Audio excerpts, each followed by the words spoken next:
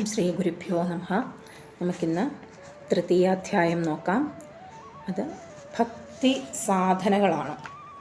ഭക്തിയുടെ സാധനകളെക്കുറിച്ചുള്ള കാര്യങ്ങളാണ് അധ്യായത്തിൽ പറയുന്നത്. 34 മുതൽ 50 വരെയുള്ള സൂത്രങ്ങളാണ് ഇതിൽ വരിക. ഇന്ന് നമുക്ക് 34 മുതൽ 42 വരെയുള്ള സൂത്രങ്ങൾ മനസ്സിലാക്കാം. 34ാമത്തെ സൂത്രം, തസ്യാ സാധനാനി ഗായന്ത്യാചാര്യാഹ. പരാഭക്തിലാഭത്തിനുള്ള നാനാസാധനകൾ ആചാര്യന്മാർ ശാസ്ത്രങ്ങളിൽ വർണ്ണിക്കുന്നു എന്നാണ് പറഞ്ഞിരിക്കുന്നത്. അപ്പോൾ പരാഭക്തി എങ്ങനെ നേടാം എന്നുള്ള സാധനകളാണ് പറഞ്ഞിരിക്കുന്നത്. ഇവിടെ നാരദ മഹർഷി മഹത്തായിട്ടുള്ള ആചാര്യന്മാരുടെ ഉപദേശങ്ങളാണ് എടുക്കുന്നത്. സാധകതത്വവും ബാധകതത്വവുമുണ്ട്. സാധകതത്വം എന്ന് പറഞ്ഞാൽ നമുക്ക് സാധനയിൽ മുന്നേറ്റത്തിന് സഹായിക്കുന്നവയാണ്.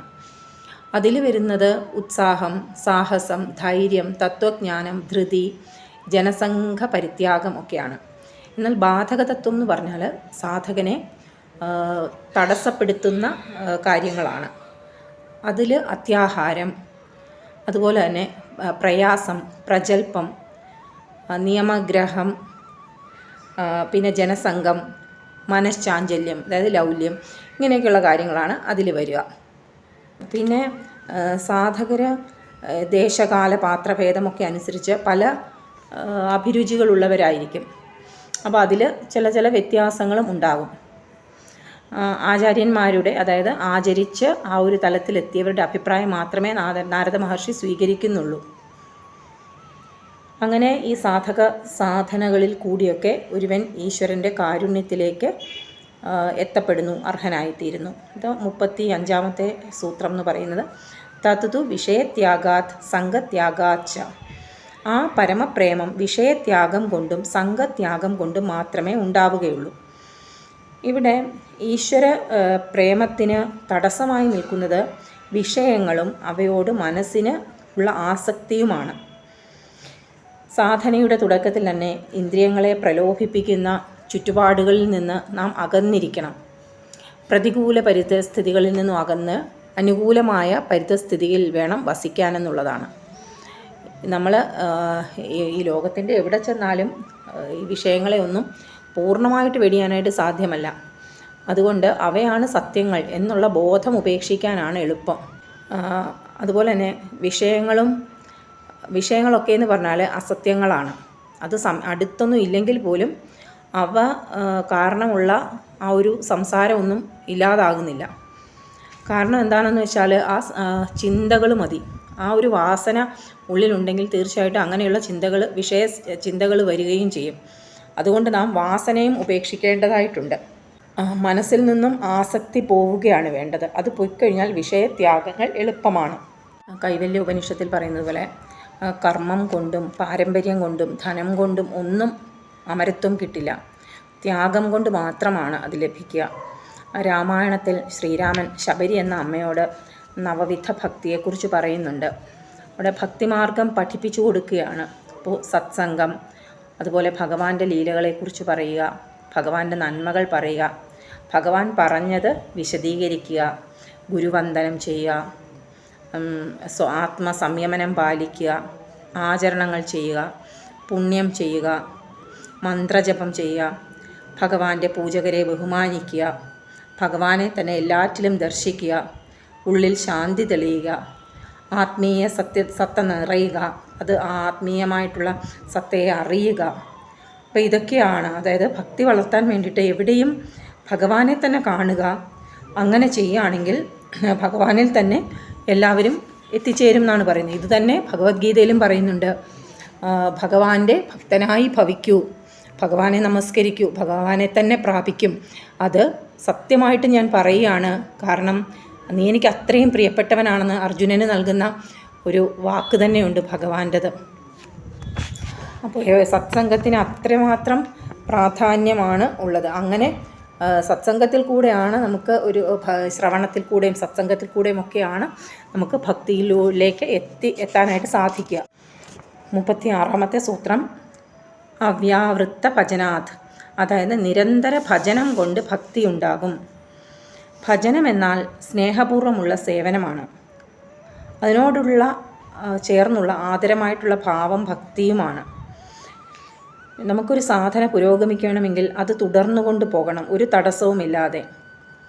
അപ്പോൾ നിരന്തരമായിട്ട് ഭഗവാന്റെ നാമങ്ങൾ ജപിക്കുക എന്നാണ്.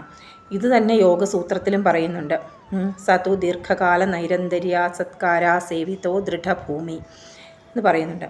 അപ്പോൾ ദീർഘനാൾ തടസ്സമില്ലാതെ ഇടവിടാതെ ലക്ഷ്യത്തിൽ താല്പര്യത്തോടു കൂടി തുടർന്നാൽ മാത്രമേ യോഗം ദൃഢമാകൂ എന്നാണ് പതഞ്ജലി മഹർഷി പറയുന്നത്. അപ്പോൾ ഈ നശ്വരമായിട്ടുള്ള ശരീരത്തെ താനെന്ന് വിചാരിച്ച് അങ്ങനെ അഭിമാനിക്കുക, അന്നേരം അതെന്താണത് ഒരു അജ്ഞാനമാണ്. അത് മാറ്റുകയാണ് വേണ്ടത്. ഈ ശരീരമല്ല താൻ എന്നുള്ളൊരു കാര്യം, അതിൻ്റെ ഉള്ളിലൊരു ചൈതന്യം, അതാണ് ഭഗവാൻ എന്നുള്ള ഒരു തലത്തിലേക്ക് നമുക്ക് ഉയരാനായിട്ട് സാധിക്കണം. അപ്പോൾ നിത്യമായിട്ടുള്ള ഭഗവാന്റെ ആ ഒരു പാദപത്മ ഭജനമാണ് നമ്മുടെ ഉള്ളിലുള്ള ഭയമൊക്കെ നീക്കാൻ സഹായിക്കുന്നത്. അങ്ങനെ നിരന്തരമായിട്ട് ഉള്ള സംസാര എന്ന് പറയുന്ന ആ ഒരു രോഗത്തിന് നിരന്തരമായിട്ടുള്ള ഈശ്വര ഭജനം തന്നെയാണ് ഔഷധം. ഭഗവാന്റെ ഗുണങ്ങളെ ശ്രവിക്കുക, കഥകൾ ശ്രവിക്കുക, ലീലകൾ ശ്രവിക്കുക, നാമം കീർത്തിക്കുക, ഭഗവാന്റെ മഹിമകളൊക്കെ സ്മരിക്കുക, ഭഗവാന്റെ പാദസേവ, പൂജ, വന്ദനം, ദാസ്യം, സഖ്യം, അതുപോലെ ആത്മസമർപ്പണം, ഇവയിൽ ഏതെങ്കിലും ഒന്നെങ്കിലും അനുഷ്ഠിച്ചാൽ തന്നെ ഉത്തമമാണ്. ഇങ്ങനെയുള്ള ഈ കാര്യങ്ങളെക്കുറിച്ചൊക്കെ നാരദ മഹർഷി യുധിഷ്ഠിരന് ഉപദേശിക്കുന്നുമുണ്ട്. ഇതിലേതെങ്കിലുമൊക്കെ നാം മാറി മാറി ചെയ്താൽ നമുക്കൊരു വിരസത അനുഭവപ്പെടുകയില്ല. ഏതെങ്കിലും കാരണത്താൽ നമുക്ക് ഇതിൽ നിന്നൊക്കെ ഒന്ന് വിട്ടു നിൽക്കേണ്ട ഒരു അവസ്ഥ വന്നാൽ പോലും ചുറ്റുപാടൊക്കെ അനുകൂലമാകുമ്പോൾ വീണ്ടും സാധന ആരംഭിക്കണമെന്നാണ് പറയുന്നത്. ഒരിക്കൽ തടസ്സം വന്നുവല്ലോ എന്നോർത്ത് അത് വിട്ടുകളയാൻ പാടില്ല. അങ്ങനെ വീണ്ടും ഇതിലേക്ക് തന്നെ തിരിച്ചു വരണം എന്നുള്ളതാണ്. അപ്പോൾ വിഘ്നങ്ങൾ വന്നാലും അവയെ തള്ളി നീക്കി സാധന തുടർന്നുകൊണ്ട് പോകണം എന്നുള്ളതാണ്. ഈശ്വരകാര്യങ്ങളിൽ അഭിരുചി ഉണ്ടെങ്കിൽ അത് വിഷമകരമല്ലതാനും. അങ്ങനെ ദീർഘകാലം നിരന്തരം സാദരം സശ്രദ്ധം സാധന ചെയ്യുന്നത് കൊണ്ടേ പരാഭക്തി ദൃഢാരൂഢമാവുകയുള്ളൂ. 37ാമത്തെ സൂത്രം ലോകേപി ഭഗവത് ഗുണശ്രവണ കീർത്തനാത്. ലൗകിക വ്യാപാരങ്ങളിലൊക്കെ ഏർപ്പെട്ടുകൊണ്ടിരിക്കുമ്പോഴും ഭഗവാന്റെ ഗുണങ്ങൾ ശ്രവിക്കുകയും കീർത്തിക്കുകയും ചെയ്യുന്നത് കൊണ്ട് ഭക്തി ഉണ്ടാകുന്നു. അപ്പോൾ നിരന്തര സാധന ആവശ്യമുള്ളതാണ്.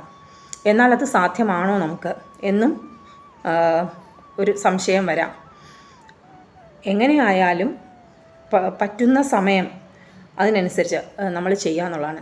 അതല്ലാന്നുണ്ടെങ്കിൽ നമ്മൾ ചെയ്യുന്ന കർമ്മങ്ങൾ തന്നെ ഭഗവത് ആരാധനയാക്കി മാറ്റുക എന്നുള്ളതാണ്. ഓരോ കർമ്മങ്ങളും നമുക്ക് എന്താണോ ജോലിയുള്ളത് അത് ആത്മാർത്ഥമായിട്ട് നമ്മൾ ചെയ്യുക എന്നുള്ളതാണ്. സാധന എന്നൊക്കെ പറയുന്നത് നമ്മൾ ധ്യാനിക്കുന്ന സമയത്തോ ക്ഷേത്രദർശന സമയത്തിലോ മാത്രം ഒതുങ്ങുന്നതോ അങ്ങനെ മാത്രം മതിയാകുന്ന ഒന്നല്ല. അത് ജീവിതം മുഴുവനും എല്ലാ സമയത്തും ഉണ്ടാകണം. അതിനുള്ള ഉപായം തന്നെയാണ് ഈ ഒരു സൂത്രത്തിൽ പ്രതിപാദിച്ചിരിക്കുന്നത്. അപ്പോൾ ശ്രവണം, കീർത്തനം അതൊക്കെ നമുക്ക് തനിച്ചോ പലരും ഒന്നിച്ചോ ഒക്കെ ആകാം. അപ്പോൾ സാധന എന്ന് പറയുന്നത് വ്യക്തിഗതമാണ്, ഓരോരുത്തർക്കും ഓരോ രീതിയിലാണ്. അതുകൊണ്ടവ തനിച്ചനുഷ്ഠിക്കുന്നതായിരിക്കും കൂടുതലും നല്ലത്. ഏകാന്ത ഭക്തിയെക്കുറിച്ചൊക്കെ ഗീതയിൽ പരാമർശിക്കുന്നുണ്ട്. ഏകാന്തവാസവും ഏകാന്ത ഭക്തിയും ഒക്കെ തന്നെയും ഭഗവാന്റെ മഹിമകൾ അടങ്ങുന്ന ഗ്രന്ഥങ്ങൾ നമ്മൾ ഭാഗവതം, ഭഗവത്ഗീത ഇങ്ങനെയൊക്കെയുള്ള ഗ്രന്ഥങ്ങൾ പാരായണം ചെയ്യുമ്പോൾ തന്നെയും ശ്രവണവും കീർത്തനവും ഒരേ സമയം നടക്കുകയാണ്. അപ്പോൾ കണ്ണും കാതും മനസ്സും ഒക്കെ തന്നെയും ഈശ്വരൻ്റെ കാര്യങ്ങളിലൊക്കെ വ്യാപരിക്കും. നാമജപം ചെയ്യുമ്പോഴും ഇത് നടക്കുന്നുണ്ട്. അപ്പോൾ നിശബ്ദമായി ജപിക്കുമ്പോഴും മനസ്സുകൊണ്ട് കീർത്തിക്കുകയും മനസ്സുകൊണ്ട് ശ്രവിക്കുകയും ചെയ്യുന്നുണ്ട്. അപ്പോൾ ഇതൊക്കെ നമുക്ക് ചെയ്യാവുന്ന കാര്യങ്ങളാണ്. എന്ത് ചെയ്യുമ്പോഴും നിശബ്ദമായിട്ടുള്ള ഒരു നാമജപം നമ്മുടെ മനസ്സിൻ്റെ അടിത്തട്ടിലൂടെ സാധ്യമാണ്.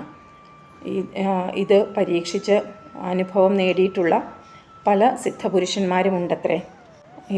യോഗാനുഷ്ഠാനം അതൊക്കെ ക്ലേശകരമാണ് പലർക്കും. അതുകൊണ്ട് എളുപ്പം ലക്ഷ്യം ആ ഒരു ആത്മസാക്ഷാത്കാരം പ്രാപിക്കാനുള്ള ഒരു ഉപായം ഉപദേശിക്കണം എന്ന് പറഞ്ഞ ഉദ്ധവനോട് ശ്രീ ഭഗവാൻ പറയുന്നുണ്ട്, ഭഗവാനെ തന്നെ മനസ്സുറപ്പിക്കുക, ഭഗവാനെ തന്നെ ഭജിക്കുക, അതിൽ താല്പര്യത്തോടു കൂടി തന്നെ എന്ത് കർമ്മങ്ങളും ഭഗവാനെ ധ്യാനിച്ചുകൊണ്ട് തന്നെ ചെയ്യുക എന്നുള്ളതാണ്.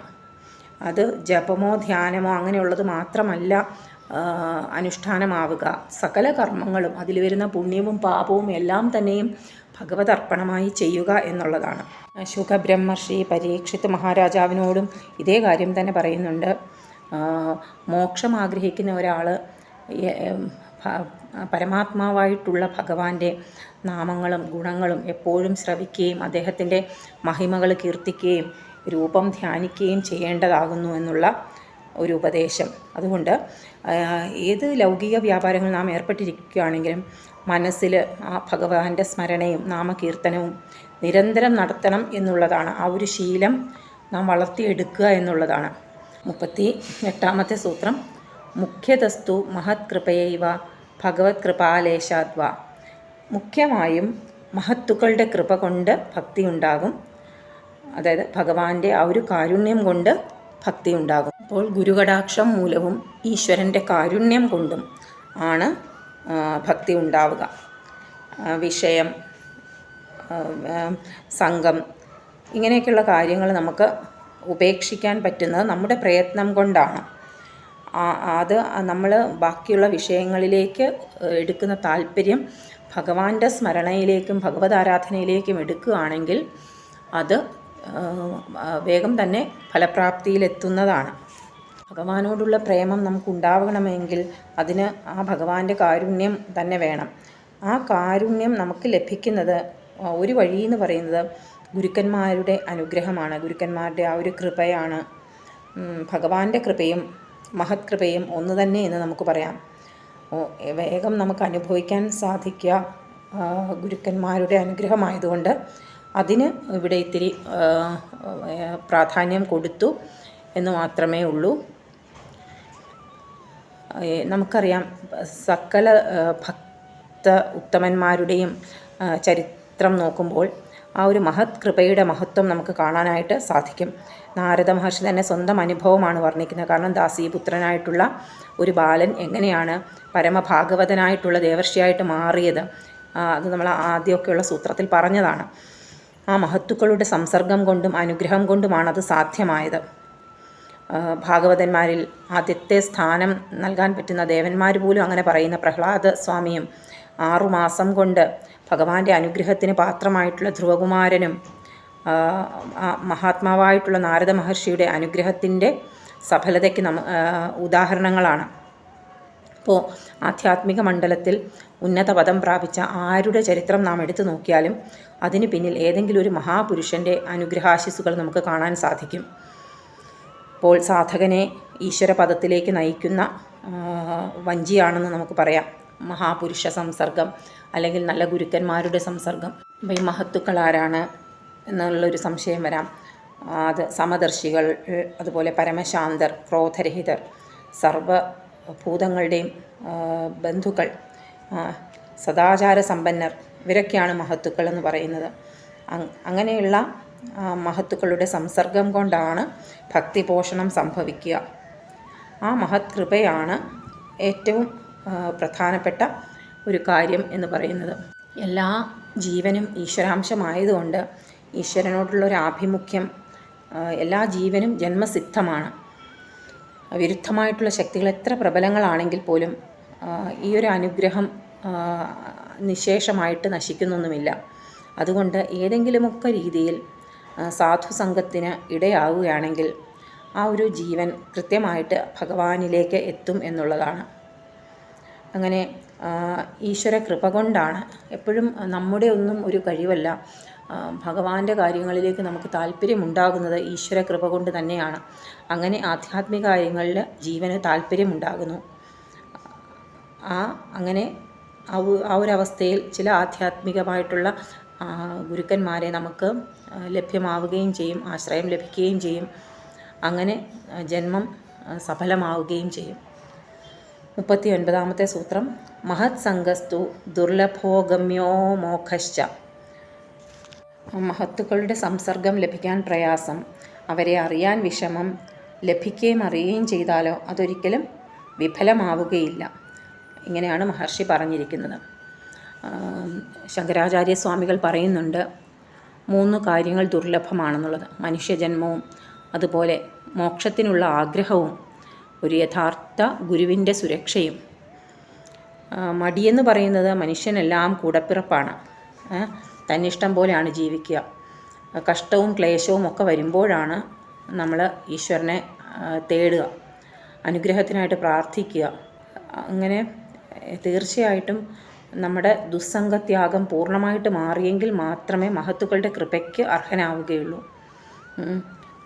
അതിലൂടെ ഈശ്വര കൃപയ്ക്കും പാത്രമാവുകയുള്ളൂ. ഇങ്ങനെയുള്ള മഹാന്മാരായിട്ടുള്ള ആൾക്കാർ സുലഭമല്ല. യഥാർത്ഥമായിട്ടുള്ള മഹത്തുക്കൾ അതീവ വിരളം തന്നെയാണ്. അങ്ങനെ ആരെങ്കിലും ഉണ്ടെന്ന് വെച്ചാൽ തന്നെയും അവരുടെയൊക്കെ അടുത്തെത്താനായിട്ട് പല പല പ്രയാസങ്ങളും ഉണ്ടാകാം. അതുകൊണ്ട് തീവ്രമായിട്ടും ആത്മാർത്ഥമായിട്ടും യത്നിച്ചാൽ മാത്രമേ അങ്ങനെയുള്ള മഹത്തുക്കളെ കണ്ടെത്താൻ കഴിഞ്ഞെന്ന് വരികയുള്ളൂ. കണ്ടെത്തിയാൽ തന്നെ അവരെ തിരിച്ചറിയാൻ പ്രയാസമാണ്. അവരുടെ ആ ഒരു സ്വരൂപത്തെ ഒന്നും പ്രകാശിപ്പിക്കുകയില്ല യഥാർത്ഥത്തിലുള്ള ആൾക്കാർ. അവരെ കണ്ടെത്തിയാൽ തന്നെ തിരിച്ചറിയാനുള്ള കഴിവ് കാണുന്നയാൾക്കും വേണം. അങ്ങനെ അതായത് ഒരു രത്നത്തിൻ്റെ മേന്മ അറിയണമെങ്കിൽ രത്നവ്യാപാരിക്ക് മാത്രമേ സാധിക്കുകയുള്ളൂ, വസ്ത്രവ്യാപാരിക്ക് സാധിക്കുകയില്ല. അതുപോലെ തന്നെയാണ് മഹത്തായിട്ടുള്ള ഒരാളെ അറിയണമെങ്കിൽ അതിന് ആ ആളെ ദർശിക്കുന്ന വ്യക്തിക്കും അതിനുള്ളൊരു അർഹത ഉണ്ടാകണം, അത്രയും മാഹാത്മ്യം ഉണ്ടാകണം. ഏതെങ്കിലും ഒരു തരത്തിൽ കണ്ടെത്തി അവരെ ആശ്രയിച്ചാൽ അതിൻ്റെ ഫലം ശാശ്വതമാണ്. ജന്മസാഫല്യം വരും എന്ന് തന്നെയാണ് മഹർഷി പറഞ്ഞിരിക്കുന്നത്. അംബരീഷ ചരിതം തന്നെ നമ്മളെ മനസ്സിലാക്കുന്നത് മഹത്തുക്കളുടെ ആ ഒരു മഹാത്മ്യത്തെക്കുറിച്ച് തന്നെയാണ്. ഭഗവാൻ തന്നെ ഇവിടെ പറയുന്നുണ്ട്, സാധുക്കൾ തന്നെയാണ് തൻ്റെ ഹൃദയമെന്നും സാധുക്കളുടെ ഹൃദയം താൻ തന്നെയാണെന്നും. അവർക്ക് തന്നെ മാത്രമേ അറിയുള്ളൂ, തനിക്കും അവരെ മാത്രമേ അറിയുള്ളൂ. അങ്ങനെ ദുർവാസാവ് മഹർഷിയോട് അംബരീഷനെ തന്നെ ശരണം പ്രാപിക്കാനാണ് മഹാവിഷ്ണു പറയുന്നത്. അപ്പോൾ ഈ ഒരു സൂത്രത്തിൽ നിന്ന് നമുക്ക് മനസ്സിലാകുന്നത് മഹത്തുക്കളെ കണ്ടെത്തിയാലും അവരുടെ മഹത്വം മനസ്സിലാക്കാനും വളരെ പ്രയാസമാണ്. എന്നാൽ ഒരിക്കൽ അവരെ ആശ്രയിക്കാൻ കഴിഞ്ഞാൽ അവർ ഒരുവനെ ഭഗവത് പാദത്തിലേക്ക് എത്തിക്കും. 40-ാമത്തെ ശ്ലോകം ലഭ്യതേപി തത് കൃപയൈവ. എന്നാലും ഭഗവാന്റെ കൃപ കൊണ്ട് തന്നെ മഹത് സംഘം ലഭിക്കുന്നു. അപ്പോൾ മഹത് സംഘമാണ് ഭക്തിക്കുള്ള മുഖ്യമായിട്ടുള്ള ഉപായം. എന്നാൽ അത് വളരെയധികം ദുർലഭമാണ്, അഗമ്യമാണ്. അതൊക്കെ നമുക്ക് ഇതിനു മുമ്പുള്ള സൂത്രത്തിൽ നിന്ന് മനസ്സിലാക്കി. എന്നാലും ഒരു സാധകൻ ആത്മാർത്ഥമായിട്ട് ഭഗവാന് വേണ്ടിയിട്ട് ഇങ്ങനെ കേഴുകയാണെങ്കിൽ ഭഗവാൻ തന്നെ ആ ഒരു സാധകൻ്റെ സമീപത്തേക്ക് ഒരു ഗുരുവിനെ അയക്കും എന്നുള്ളതാണ്. അപ്പോൾ ഇതെല്ലാം ഈശ്വരൻ്റെ ഒരു കാരുണ്യമാണ്. നമുക്ക് ശ്രീരാമകൃഷ്ണദേവൻ്റെ അടുത്ത് വന്ന വിവേകാനന്ദ സ്വാമികളുടെ കഥ അറിയാമല്ലോ. എത്രമാത്രം അന്വേഷിച്ച് എവിടെയെല്ലാം തേടി നടന്ന ശേഷമാണ് നരേന്ദ്രൻ ശ്രീരാമകൃഷ്ണ പരമഹംസരെ കണ്ടെത്തുന്നത്. എന്നിട്ടും എപ്രകാരമാണ് അദ്ദേഹത്തിലൂടെ ഭഗവാനെ അറിയാൻ സാധിച്ചതെന്നുമൊക്കെ നമുക്കൊക്കെ അറിയാം. പല ഭക്തന്മാരുടെ ചരിത്രത്തിലും ഇതൊക്കെ കാണാവുന്നതാണ്. അപ്പോൾ നാരദ മഹർഷി എന്ന് പറയുന്നത് ആ ഒരു കാരുണ്യത്തിൻ്റെ ഒരു മൂർത്തി തന്നെയാണ്. ആരെങ്കിലും എവിടെയെങ്കിലും നെഞ്ച് നൊന്ത് തന്നെ ഈശ്വരനെ വിളിക്കുമ്പോൾ നാരദ മഹർഷി അവിടെ ഓടിയെത്തുന്നതായിട്ട് നമ്മൾ കണ്ടിട്ടുണ്ട്.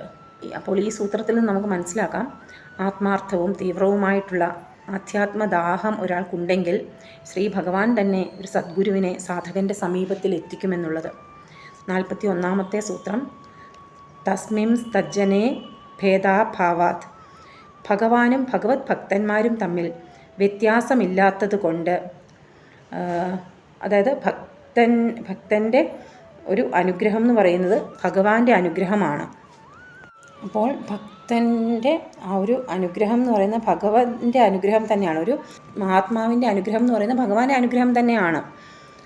അപ്പോൾ ഭക്തി ലഭിക്കാൻ ഏറ്റവും മുഖ്യമായിട്ടുള്ള മാർഗം മഹത് കൃപ തന്നെയാണ്. അത് ദുർലഭമാണെങ്കിൽ പോലും ഭഗവാന്റെ കൃപ കൊണ്ട് അത് ലഭിക്കും. അപ്പോൾ ഇത് രണ്ടും പരസ്പര പൂരകങ്ങളാണ്. മഹത്തുക്കളിൽ കൂടി ലഭിക്കുന്നതും ഭഗവത് കൃപ തന്നെയാണ്. കാരണം ഭഗവാനും ഭക്തനും ഒന്ന് തന്നെയാണ്. ഈ പ്രപഞ്ചം മുഴുവനും ഭഗവാന്റെ മൂർത്തി തന്നെയാണ്. അപ്പോൾ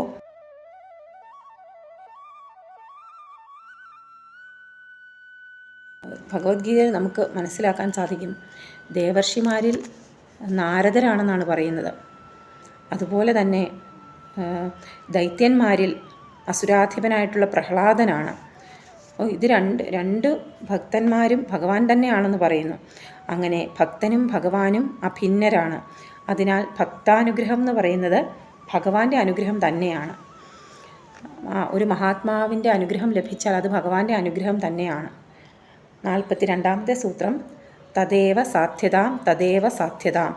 അതിനാൽ മഹത് സംഘം തന്നെ നേടിയാലും എന്ന് എടുത്തെടുത്ത് പറയുകയാണ് ഇവിടെ. അങ്ങനെ ഭക്തിക്ക് മുഖ്യമായിട്ട് വർത്തിക്കുന്നത് മഹത്തുക്കളുടെ സംസർഗമാണല്ലോ. അത് ദുർലഭമാണെങ്കിൽ പോലും ഈശ്വരൻ്റെ കൃപ കൊണ്ട് ലഭിക്കും എന്ന് പറയുന്നു. അങ്ങനെ ഈശ്വരകൃപയും മഹത് കൃപയും ഒന്നു തന്നെയാണ്. അതുകൊണ്ട് ഒരു സാധകൻ തേടേണ്ടതും നേടേണ്ടതും മഹത്തുക്കളുടെ അനുഗ്രഹമാണ്. അങ്ങനെ സത്സംഗം എന്ന് പറയുന്നത് അപൂർവമായിട്ടുള്ളതും ഒക്കെ വിലമതിക്കാൻ പറ്റാത്ത ഒരു നിധിയാണ്. ഭക്തി ലഭിക്കാനും പുലരാനും ഉറയ്ക്കാനും ഏറ്റവും ഉത്തമമായിട്ടുള്ള ഉപായം എന്ന് പറയുന്നത് മഹത് കൃപയാണ്. അതിൻ്റെ ആ ഒരു മഹാത്മ്യത്തെ കാണിക്കാൻ വേണ്ടിയിട്ടാണ് ഈ ഒരു കാര്യം ആവർത്തിച്ച് തന്നെ മഹർഷി പറഞ്ഞിട്ടുള്ളത്. അപ്പോൾ ആസക്തി എന്ന് പറയുന്നത് എല്ലാവരിലും പ്രബലമായിട്ടുള്ളൊരു കാര്യമാണ്. അത് ഒരിക്കലും അറക്കാൻ പറ്റാത്തൊരു കയറാണ് എന്നാണ് അറിവുള്ളവർ പറയുന്നത്. എന്നാൽ അത് തന്നെ സജ്ജനങ്ങളോടാണ് ആകേണ്ടത്. അങ്ങനെയാണെങ്കിൽ അത് മോക്ഷത്തിലേക്കുള്ള ഒരു തുറന്ന വാതിൽ തന്നെയാണ്. ഭഗവാൻ തന്നെ പറയുകയാണ്, അനന്യഭാവത്തോടു കൂടി തന്നിൽ ദൃഢഭക്തിയുള്ളവരും എല്ലാ കർമ്മങ്ങളും തനിക്ക് വേണ്ടി എല്ലാ കർമ്മങ്ങളെയും വെടിഞ്ഞവരും, അതുപോലെ ആ കർമ്മങ്ങളെയും സ്വജനങ്ങളെയും ബന്ധുക്കളെയും ഒക്കെ വെടിഞ്ഞവരാണ് സാധുക്കൾ എന്ന് പറയുന്നത്. അപ്പോൾ എല്ലാത്തിനെയും ഉപേക്ഷിച്ച് രണ്ടാമതൊന്നുമില്ല എന്ന ഭാവത്തോടു കൂടി ഭഗവാനിൽ ദൃഢഭക്തി ഉള്ളവരായി തീരുക എന്നുള്ളതാണ് വേണ്ടത്. അങ്ങനെയുള്ള സാധുക്കൾ എന്ന് പറയുന്നത് സർവസംഘ വിനിർമുക്തരാണ്. അവരുമായിട്ടുള്ള സംസർഗമാണ് വേണ്ടത്. അവരുടെ സംസർഗം എന്ന് പറയുന്നത് വിഷയസംഘം കൊണ്ടുള്ള എല്ലാ ദോഷങ്ങളെയും തീർക്കുന്നതുമാണ്. അതുകൊണ്ട് സാധകൻ തേടേണ്ടതും നേടേണ്ടതുമൊക്കെ സത്സംഗം തന്നെയാണ്. ഹരി ഓം തത്സത്. നന്ദി, നമസ്കാരം.